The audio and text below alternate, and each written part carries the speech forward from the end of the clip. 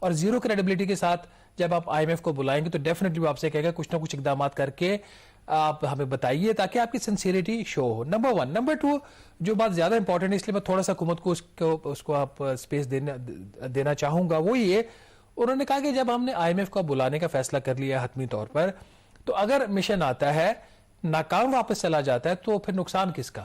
نقصان تو پاکستان کا ہوگا نا. ایک آخری جو آپشن تھی کہ ایک آخری ہوپ تھی وہ بھی جب ختم ہو جائے گی تو اس دفعہ ہم سنسیئر ہیں, ہم کام کرنا چاہ رہے ہیں. اس کا مطلب ہے کہ پاکستان کے لیے failure is not an option, کہ آئی ایم ایف کا مشن جب بھی آتا ہے اس کو ہر صورت میں وہ کنکلوسیو ہونا پڑے گا, نہیں ہوگا تو پھر آپ ڈیفالٹ کی طرف جا کے. دوستوں نے آپ کو بتا دیا, وہ بھی ہم بات کریں گے.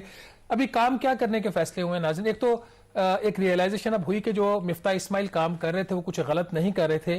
جو پالیسیز اکنامک پالیسیز مفتاح اسماعیل امپلیمنٹ کر رہے تھے, شاید انہی کے اوپر عمل درآمد کو اگر حکومت جاری رکھتی تو یہ کام ہم اس نوبت تک نہ پہنچتے.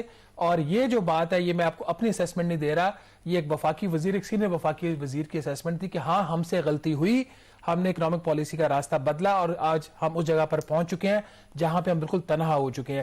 ابھی پاکستان کو کام کیا کرنے ہیں, وہ چیزیں جو کچھ شاید پہلے کرنی پڑیں, کچھ آئی ایم ایف کے یہاں پاکستان میں ہوتے ہوئے, یا پھر کچھ اس وقت کرنی پڑیں جب آئی ایم ایف کا جو بورڈ ہے اس کی ڈیٹ لینے سے پہلے.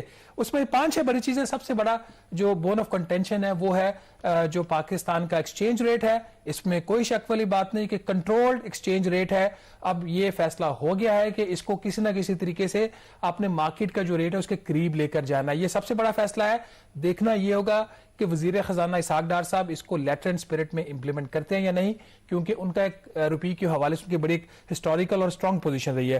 دوسرا جو امپورٹنٹ فیصلہ یہ ہوگا کہ جو درآمدات کے اوپر کچھ کنٹرولز لگائے گئے ہیں اور درآمدات کو کم کرنے کی جو کوششیں ہو رہی ہیں اس کو گریجولی ایز آؤٹ کیا جائے گا. فوری طور پر تو یہ نہیں ہوگا کیونکہ پاکستان کے پاس غیر ملکی زر مبادلہ کے ذخائر نہیں ہے. 4.4 ارب ڈالر کے ذخائر ہیں. فوری درآمدات کے اوپر اتنا امپیکٹ نہیں آئے گا, لیکن درآمدات گریجولی کھلیں گی.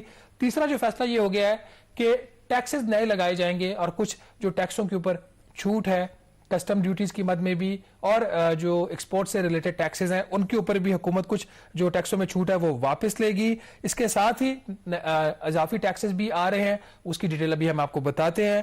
اور فائنلی بجلی اور گیس کی قیمتوں میں اضافہ کرنا ہوگا. یہ بڑے فیصلے تھے جس کی کل وزیر اعظم شہباز شریف صاحب سے منظوری لی گئی ہے. کامران, اس میں ایک جو چیز ہے, یہ جو آپ بات کہہ رہے ہیں کہ ایون کہ سیکرٹری خزانہ کا بھی میں بیان دیکھ رہا تھا کہ وہ اس بات کا اعتراف کر رہے تھے کہ آئی ایم ایف کے ساتھ تو ڈیل کرنی پڑے گی لیکن اس کی ایک سیاسی قیمت بھی چکانا پڑے گی اس گورنمنٹ کو.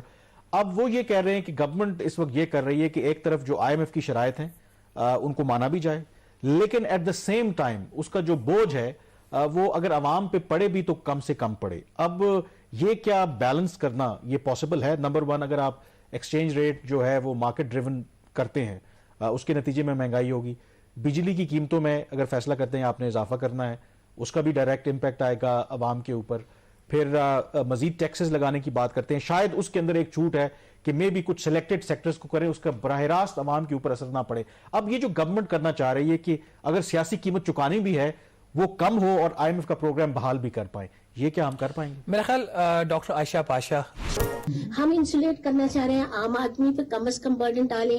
آئی ایم ایف کی جو پروگرام ہے وہ ہمیں دوسری طرف کھینچ کے لے کے جانا چاہ رہا ہے.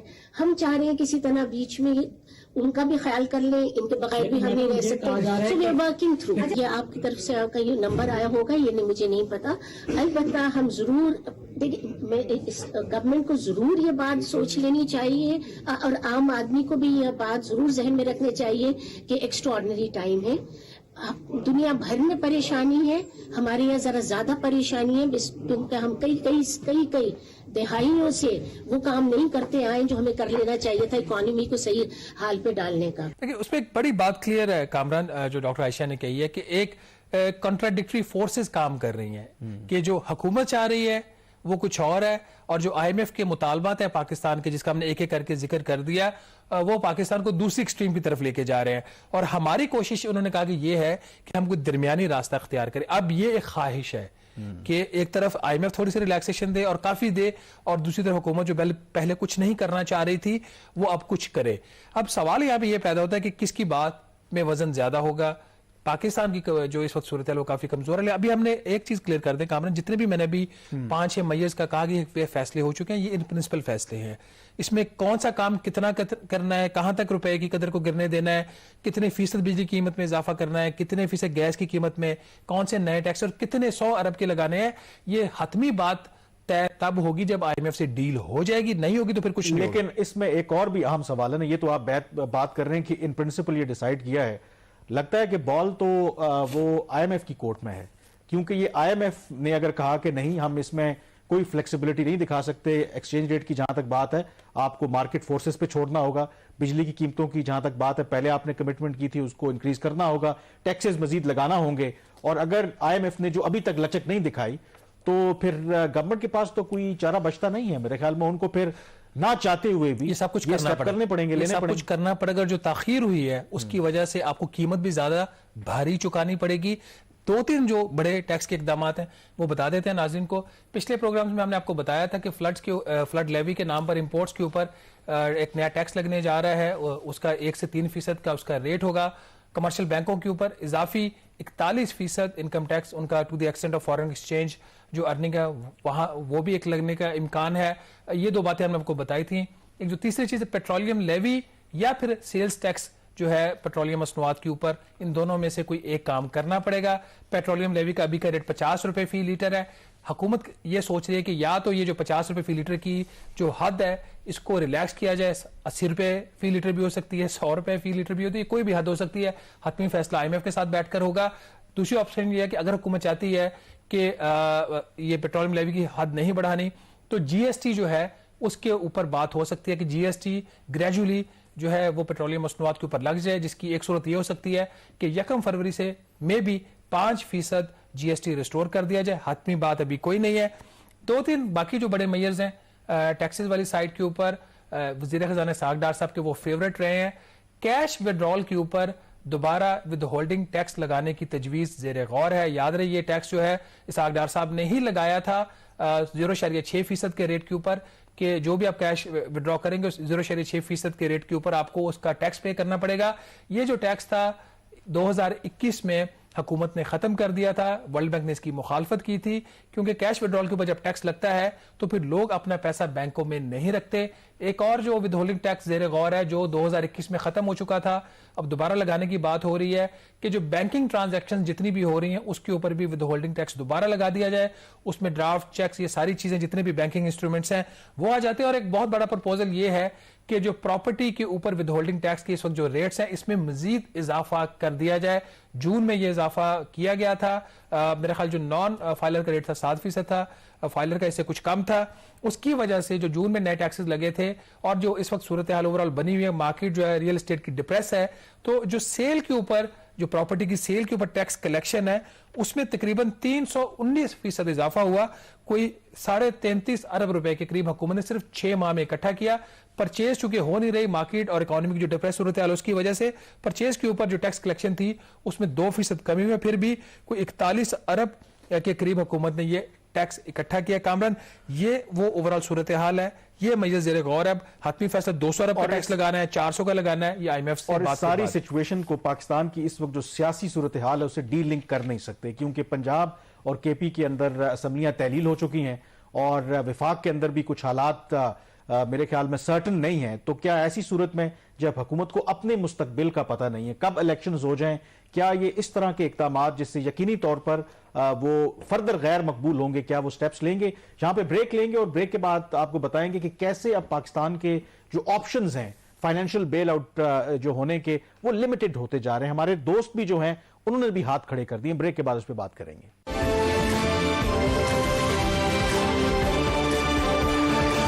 بریک کے بعد ایک دفعہ پھر آپ کو خوش آمدید کہتے ہیں. نہ صرف آئی ایم ایف کے ساتھ جو ہمارے مذاکرات ہیں وہ مشکلات سے دوچار ہیں, بلکہ جو باقی بین الاقوامی ادارے ہیں اب انہوں نے بھی آئی ایم ایف کی تقلید کرنا شروع کر دی ہے. اور اسی ہفتے شہباز کی یہ خبر تھی کہ جو عالمی بینک ہے ظاہر ہے کہ وہ بھی پاکستان کو قرضے دیتا ہے اور عام طور پر یہ باقی اداروں کے مقابلے میں کنسیشنل لونز ہوتے ہیں, لیکن کیونکہ ہماری جو معاشی صورتحال ہے, ہماری کریڈیبلٹی کا بھی یہ عالم ہے کہ جو قرضے ورلڈ بینک نے ہمیں دینے تھے اس کو انہوں نے اگلے مالی سال تک کے لیے مؤخر کر دیا. تو اس کا کیا مطلب ہے کہ ہمارے لیے جو مزید مشکلات ہیں وہ بڑھیں گی.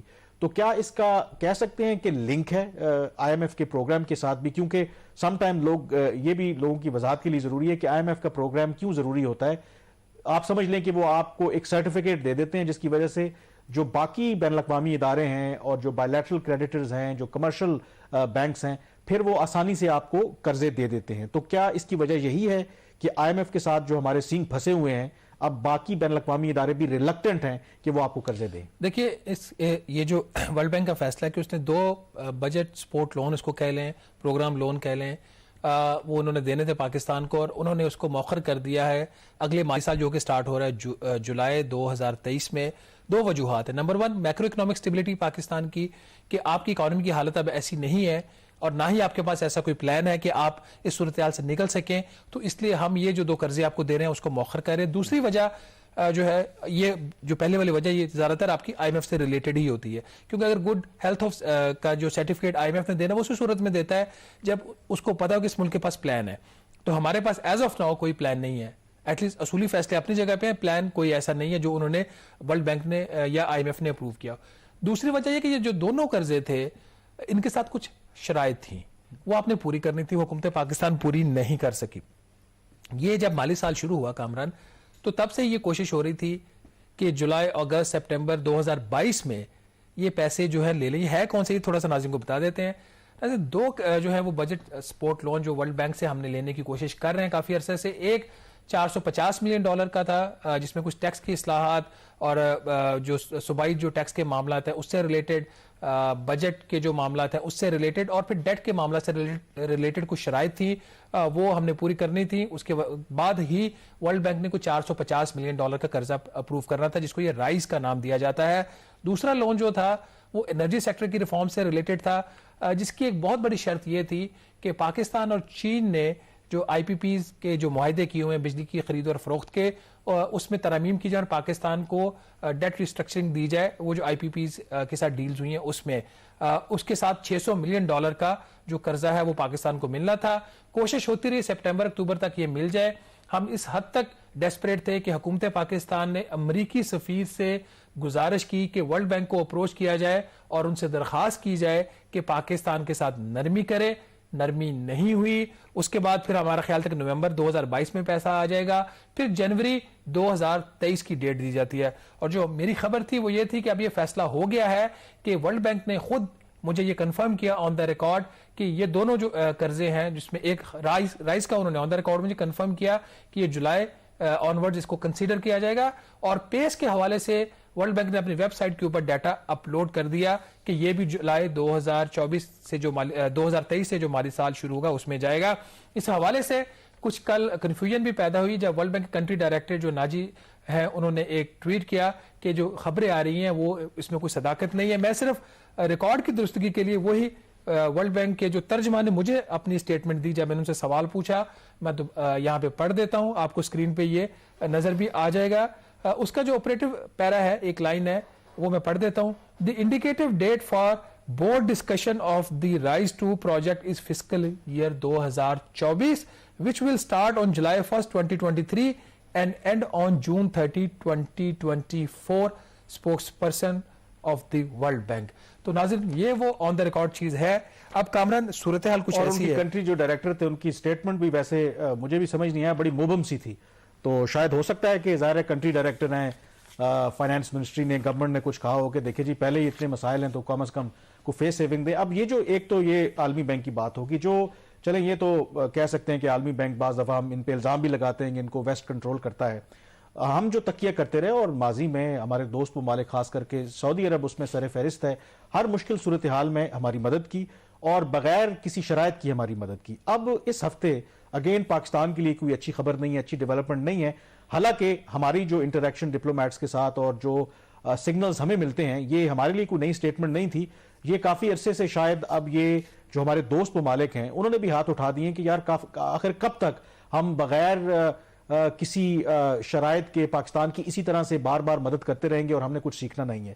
تو اسی ہفتے ورلڈ اکنامک فورم جو چل رہا ہے ڈیوورس میں. ادھر جو سعودی فائنانس منسٹر ہیں انہوں نے بڑی ایک سگنیفیکنٹ سٹیٹمنٹ دی ہے, پبلکلی یہ کہہ دیا ہے کہ اب جو سعودی عرب کی جو اسٹریٹجی ہے, حکمت عملی ہے, کہ جو ماضی میں جو ان کے دوست اور جو اتحادی ممالک تھے ان کو گرانٹس دیتے تھے, ان کو پیسے دیتے تھے, ان کے بجائے اب اس طرح کی جو گرانٹس ہیں وہ نہیں دی جائیں گی. اگر وہ لون دیں گے بھی تو ان کے ساتھ شرائط عائد کی جائیں گی. اور ساتھ انہوں نے یہ بھی کہا کہ جو سعودی عرب ہے وہ بین الاقوامی جو مالیاتی ادارے ہیں ان کے ساتھ مل کر یہ کام کر رہا ہے کہ کوئی کریٹو ویز ڈھونڈے جائیں جس میں پاکستان کی مدد بھی کی جائے لیکن ان کو ڈائریکٹ جو ہے وہ کیش گرانٹ بھی نہ دینی پڑے.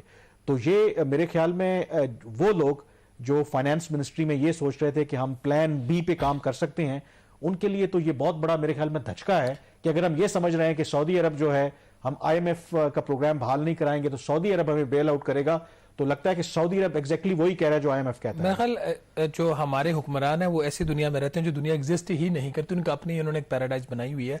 اس میں کوئی شک والی بات نہیں ہے کہ سعودی عرب یہ کام کرے گا اور یہ کر رہا ہے. ہم نے دی ریویو کے پلیٹ فارم سے ہی بتایا تھا کہ جب $3 ارب کا قرضہ پچھلی PTI کی حکومت نے لیا تو اس کے ساتھ سعودی عرب نے کس قسم کی شرائط رکھی تھی. 2 شرائط کا مجھے وہ میرے ذہن میں جو آ رہی میں بتا دیتا ہوں. نمبر 1 کہ سعودی عرب 48 گھنٹے کے نوٹس کے اوپر اپنا وہ $3 ارب کا قرضہ واپس لے سکتا ہے. اور ویسے آپ کو یاد ہو کہ یہ قرضہ انہوں نے واپس بھی کیا ہے, حالانکہ سعودی عرب اس سے پہلے نہیں کرتا. ہاں یہ پہلے ہوا جب وہ عمران خان صاحب سے ناراضگی ہوئی تو وہ $3 ارب ہم نے واپس کیا, جو ہم نے چین سے ادھار لے کے پھر سعودی عرب کو واپس کیا تھا. وہ ہم نے بڑی ڈیٹیل میں اسی پروگرام میں ڈسکس کیا تھا. دوسری اس کی شرط یہ تھی کہ پاکستان کی جو ممبرشپ ہے IMF کی وہ رہے گی. اگر پاکستان کی ممبرشپ آف دی IMF ختم ہو جاتی ہے تو ہم اپنا قرضہ واپس لے لیں گے. اور تیسرا یہ تھا کہ اگر آپ قرضے کے اوپر جو سود کی قسط ہے اس پہ بھی آپ ڈیفالٹ کر جائیں گے یا کسی بھی ادائیگی کے اوپر $100 ملین جو بڑی آج کی صورتحال میں بہت اہم ہے, پاکستان اگر کسی بھی $100 ملین کی سوورن جو اس کی ری پیمنٹ ہے اس پہ ڈیفالٹ کر جائے گا تو سعودی عرب اپنا $3 ارب واپس لے لے گا. یہ شرائط پہلے ہی لگ چکی ہیں. اور اس میں جو سب سے امپورٹنٹ بات ہے اور ہمارے لیے میرے خیال میں ویک اپ کال بھی ہے کہ سعودی عرب جیسا ملک, ظاہر ہے کہ آئل رچ ملک ہے, ان کے پاس بہت ڈالرز ہیں, بہت پیسہ ہے, تو وہ یہ کہہ رہے ہیں کہ سعودی عرب جیسا ملک اگر اپنے لوگوں کے اوپر ٹیکس لگا رہا ہے تو ان کی یہ توقع ہے کہ جن کو اپنے دوست ممالک کو, اپنے اتحادیوں کو پیسے دیتے ہیں کہ کم از کم وہ بھی اپنے ملکوں میں اصلاحات لائیں اور ٹیکس عائد کریں, which is very legitimate. ہم نے کیا کیا کامران, ہم نے $40 ارب کی ٹیکس ریلیف تاجروں کو دے دی, 118 ارب روپے کی سبسڈی جہاز والے جو ہمارے ایکسپورٹرز برادران ہیں ٹیکسٹائل والے ان کو دے دی. تو یہ کام ہے. ایک جو ورلڈ بینک نے ابھی آپ نے وہ میرا خیال US کا بھی ہم نے ڈسکس کرنا, ان کی بھی ایک سٹیٹمنٹ آئی ہوئی ہے, بٹ ورلڈ بینک نے ایک اور چیز کی بھی مخالفت کی ہے. اب حکومت کے لیے یہ پلان امپلیمنٹ کرنا بڑا تھوڑا سا مشکل ہو جائے گا. حکومت باقی سنجیدہ ہے, ورلڈ بینک سے بھی قرضہ لے اور IMF سے بھی پروگرام کرے. وہ یہ کہ جو فلڈ لیوی کے نام پر 1 سے 3% ٹیکس لگایا جا رہا ہے امپورٹس کے اوپر, ورلڈ بینک نے اس کی بھی مخالفت کر دی ہے کہ آپ درآمدات کے اوپر مزید ٹیکسز نہیں لگا سکتے. ہم نے ابھی سٹارٹ میں بتایا تھا نا کہ IMF کی بھی شرط ہے کہ یہ جو آپ نے ریسٹرکشنز لگائی ہوئی ہیں درآمدات کے اوپر اس کو ایز کرے. ورلڈ بینک یہ کہہ رہا ہے کہ آپ درآمدات کے اوپر مزید ٹیکس بھی نہیں لگا سکتے. کیوں کہ آپ جو ڈومیسٹک آپ کا مینوفیکچر ہے اس کو اتنی پروٹیکشن دے رہے ہیں, آپ کی ایکسپورٹس جو ہے وہ نہیں بڑھ رہی. تو میسج جو ہے پاکستان کے لیے بڑا کلیئر ہے, وہ IMF ہو, وہ ورلڈ بینک ہو, وہ مغربی ممالک ہوں اور اب ایون کہ جو ہمارے دوست ممالک ہوں, وہ ہم سے یہی کہہ رہے ہیں کہ خدارا اپنا جو ہاؤس ہے وہ ان آرڈر کریں. اور جب IMF کے پروگرام کی بات ہوتی ہے تو ایک ظاہر ہے کہ IMF کے اوپر بہت زیادہ کلاؤڈ سمجھا جاتا ہے اور ماضی میں یہ ہوتا بھی رہا کہ US کا بہت زیادہ انفلوئنس ہے.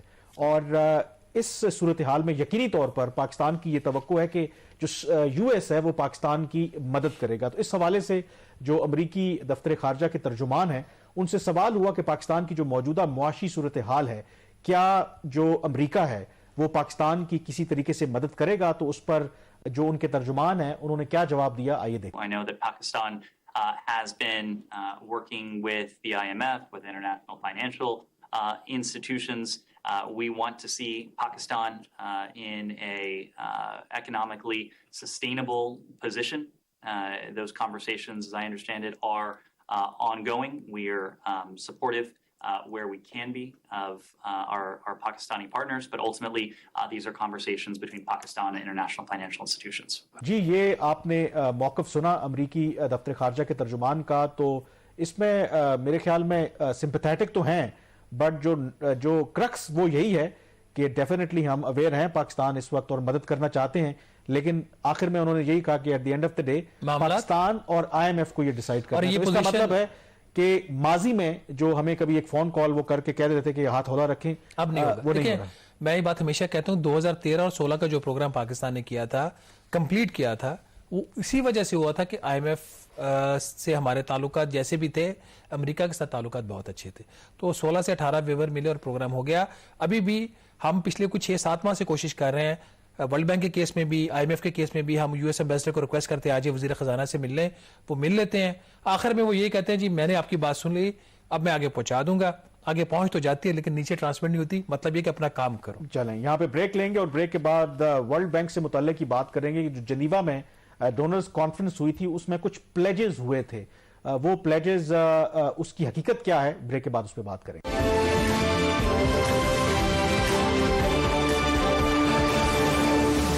بریک کے بعد ایک دفعہ پھر آپ کو خوش آمدید کہتے ہیں. حال ہی میں ہم نے دیکھا کہ جنیوا میں انٹرنیشنل ڈونرز کانفرنس ہوئی جس کو ریزیلینٹ کانفرنس کا نام دیا گیا, جس میں پاکستان میں جو پچھلے سال سیلاب آئے تھے اس کے نتیجے میں جو اتنی بڑی تباہی مچی, اور جو پاکستان کا باقی بین الاقوامی اداروں کے ساتھ مل کر جو ریکنسٹرکشن کا تخمینہ لگایا گیا ہے تعمیر نو کا, وہ $16.3 ارب کا لگایا گیا. اور اس میں سے پاکستان کی خواہش تھی کہ جو آدھے پیسے ہیں وہ بین الاقوامی برادری فنڈ کرے.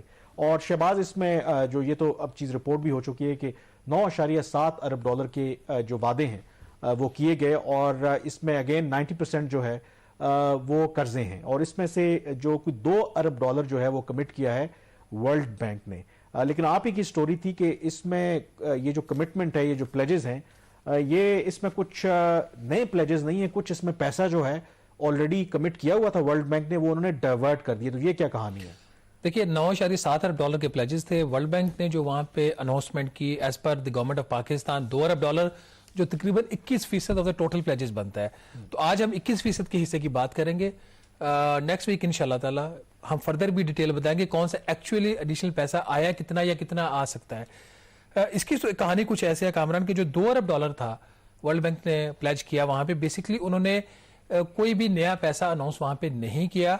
$2 ارب کا جو بریک اپ ہے اس میں $615 ملین جو تھے وہ جو پہلے ہی پاکستان کے منصوبے منظور ہو چکے تھے, انڈر امپلیمنٹیشن تھے, لیکن ان پہ جو کام تھا وہ سلو تھا, پروگرس نہیں ہو رہی تھی, وہ فلڈ سے ریلیٹڈ بالکل نہیں تھے.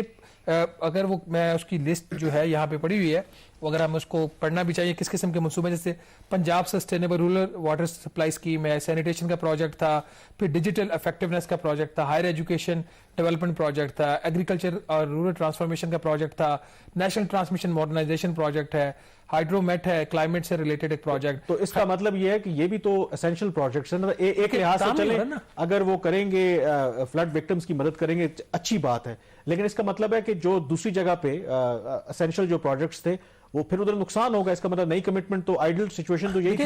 یہ تو حکومت پاکستان کی غلطی ہے نا, کہ ایک چیز ایک جو قرضہ ہے ورلڈ بینک کا بورڈ اس کو اپروو کر دیتا ہے. غلطی ہماری ہے. غلطی ہماری ہے, ورلڈ بینک کی نہیں ہے.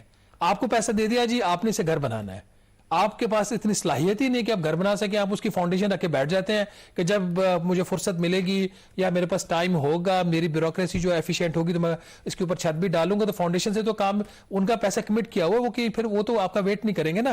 تو یہاں پہ بھی ناظرین یہی ہوا ہے, $615 ملین ورلڈ بینک نے جو پہلے ہی منظور کیے ہوئے پروجیکٹس تھے اس میں سے نکال کر فلڈ کی ریلیف ریہیبلیٹیشن کے لیے انہوں نے ڈائیورٹ کر دیے ہیں.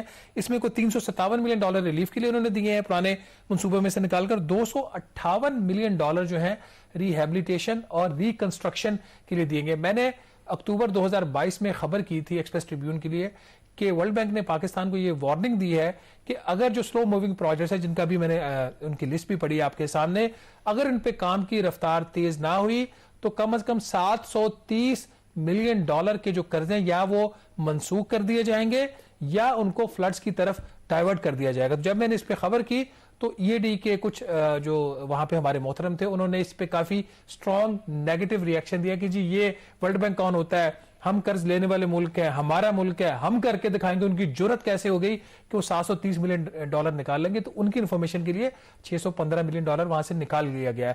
باقی $1.3 ارب ہے وہ ورلڈ بینک پہلے ہی اس کی منظوری دے چکا ہے 19 دسمبر کو, اور یہ جو منصوبے یہ سیلاب کے لیے ہیں, اس کا مطلب پیسہ تو سیلاب کے لیے گیا ہے, یہ اس سے ریلیٹڈ جو ریہیبلیٹیشن ایکٹیویٹیز ہیں, لیکن یہ نیا پیسہ نہیں ہے.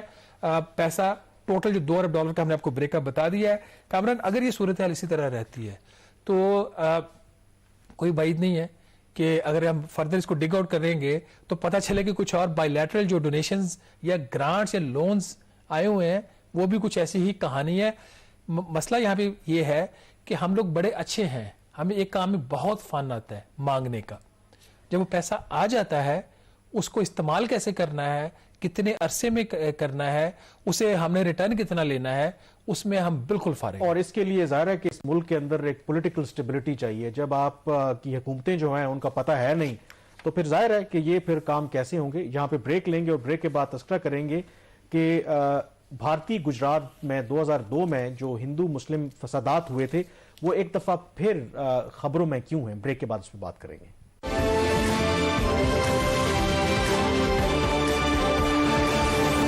جی, بریک کے بعد ایک دفعہ پھر آپ کو خوش آمدید کہتے ہیں. رخ کرتے ہیں بھارت کا, اور اس ہفتے ایک خبر جو انٹرنیشنل ہیڈ لائن بھی رہی اور وہ تھا کہ بی بی سی نے ایک ڈاکیومنٹری ریلیز کی اسی ہفتے, اور اس کا تعلق تھا گجرات, بھارت کے گجرات میں 2002 میں جو ہندو مسلم فسادات ہوئے اس کے حوالے سے انہوں نے یہ ڈاکیومنٹری کی ہے. اور اس میں خاص کر کے اس وقت کیونکہ جو بھارتی ریاست گجرات کے وزیر اعلیٰ جو اب بھارت کے وزیر اعظم ہیں نریندر مودی تھے, اور خاص کر کے ان کے کردار کے حوالے سے بہت زیادہ ڈیٹیلڈ انویسٹیگیشن کی گئی ہے.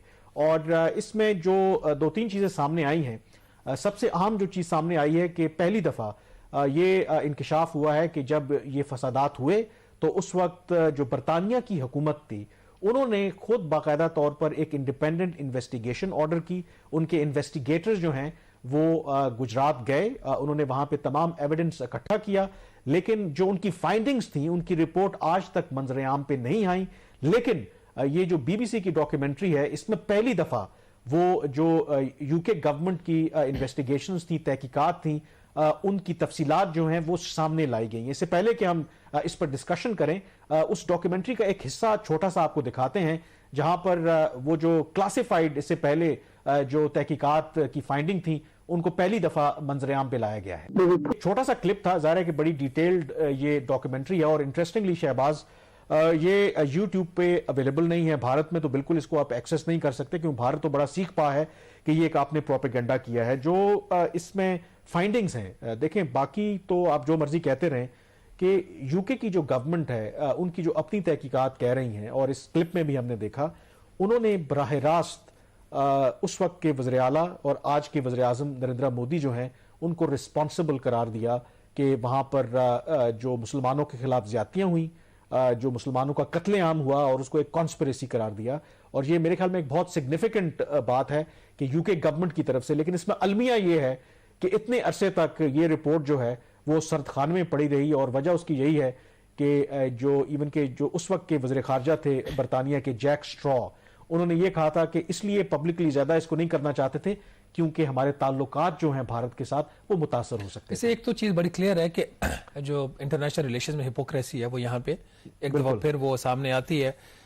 جہاں پہ مفادات ہوتے ہیں ممالک کے وہاں پہ تو یہ ہر طرح کا کمپرومائز کرنے کو تیار ہو جاتے ہیں, اور جہاں پہ ان کے فارن پالیسی آبجیکٹو یہ ہوں گے اس طرح کی چیزوں کو ہائی لائٹ کرنا ہے تو وہ پھر ہائی لائٹ بھی کرتے ہیں. لیکن اس میں 2-3 چیزیں بڑی اسٹرائکنگ ہے, جس میں ایک انہوں نے کہا کہ سسٹمیٹک کمپین آف وائلنس ہوئی ہے, اور مطلب اس کا مطلب یہ کہیں سے یہ پورا پلان ہوا, اس کو پھر پراپر ایگزیکیوٹ کیا گیا, اور جب پولیس کو موو کرنے کی باری آئی لا انفورسمنٹ ایجنسیز کو کہ مسلمانوں کو پروٹیکشن دی جائے, اور پولیس کو باقاعدہ روکا گیا. تو اس قسم کی ڈائریکٹ اس میں جو کرس تھا نا اس کی سٹوری کا, اس میں جو انہوں نے بتایا کہ یہ جو واقعہ ہوا نا کہ پہلے گودرا میں ایک ٹرین میں کوئی جو ہندو تھے ان کو جلا دیا گیا, کوئی 59 وہاں پہ ڈیتھس ہوئیں اور مسلمانوں پہ الزام لگایا گیا. تو اس کے بعد وہاں پر ریئیکشن آیا, تو یہ جو ان کی فائنڈنگز بھی ہیں کہ اس کے بعد ایک میٹنگ ہوئی جس کو چیئر کیا نریندر مودی نے, اس وقت وزیر اعلیٰ تھے گجرات کے. تو انہوں نے وہاں کی پولیس کو یہ آرڈر کیا کہ آپ نے جو ہندوؤں کا ریئیکشن ہے اس کے رد عمل پہ آپ نے کچھ نہیں کرنا, آپ نے بس سٹینڈ بائی رہنا ہے. اور اس کے جو ایویڈنس بھی انہوں نے دیا کہ 2 سینئر جو پولیس اہلکار تھے گجرات پولیس کے, ان کے سٹیٹمنٹ آئے, ایک ان کے اسی وقت کے جو اپنے وزیر داخلہ تھے اور بعد میں جب ان کی ایک بڑی مسٹیریسلی ان کے کار کے اندر کسی نے گولی مار کے ان کو قتل کر دیا. یہ 3 جو ایویڈنس موجود تھے کہ ایسی ایک میٹنگ ہوئی تھی. 2 کے جو نریندر مودی ہیں وہ ڈینائی کرتے ہیں, وہ کہتے ہیں کوئی اس میں کانسپیریسی نہیں ہے. بھارت کی جو سپریم کورٹ ہے انہوں نے بھی کہا ہے کہ اس میں کچھ سازش نہیں ہے. انفیکٹ اس رپورٹ کے آنے کے بعد جو بھارت کے جو ادارے ہیں, جو ان کی عدلیہ ہے, ان پر بھی ایک سوالیہ نشان ہے, کیونکہ جن لوگوں نے گراؤنڈ پہ کام کیا ان کے خیال میں بہت سا ایسا مواد موجود ہے جس سے جو موجودہ بھارتی وزیر اعظم ہیں وہ امپلیکیٹ ہوتے ہیں. اور فارن آفس جو بھارت کا ہے اس نے اس کو پروپیگنڈا قرار دے دیا اور کلونیلزم کے ساتھ اس کو انہوں نے لنک کر دیا. تو لیکن اس کے مقابلے میں پھر بی بی سی نے اپنا رد عمل بھی دیا ہے. وہ سٹینڈ بائی کر رہے ہیں اپنی سٹوری پہ, اور وہ یہ کہہ رہے ہیں کہ انہوں نے بڑا تھورلی ساری چیزوں کو انویسٹیگیٹ کیا ہے, بلکہ بھارتی حکومت کا ان کا موقف جاننے کے لیے ان کو اپروچ بھی کیا ہے. انفیکٹ انہوں نے یہ بھی کہا ہے کہ اس ڈاکیومنٹری کے لیے کچھ 30 کے لگ بھگ جو ریلیونٹ لوگ تھے ان کو انہوں نے اپروچ بھی کیا, لیکن صرف اس وجہ سے کہ کہیں ان کو جو موجودہ حکومت ہے یا جو ریاست ہے ان کی طرف سے خطرناک رد عمل کا سامنا نہ کرنا پڑے, تو انہوں نے وہ انٹرویوز تک نہیں دیے. آخر میں صرف ایک بات انہوں نے یہ بھی کہا ہے کہ اس وقت صورتحال یہ ہے کہ جب تک بھارتی وزیر اعظم نریندر مودی اقتدار میں ہیں تو مسلمانوں اور ہندوؤں کے درمیان جو مفاہمت ہے وہ ناممکن ہے. آج کے دی ریویو سے اتنا ہی. مجھے کامران یوسف اور شہباز رانا کو اب اجازت دیجیے. اللہ حافظ.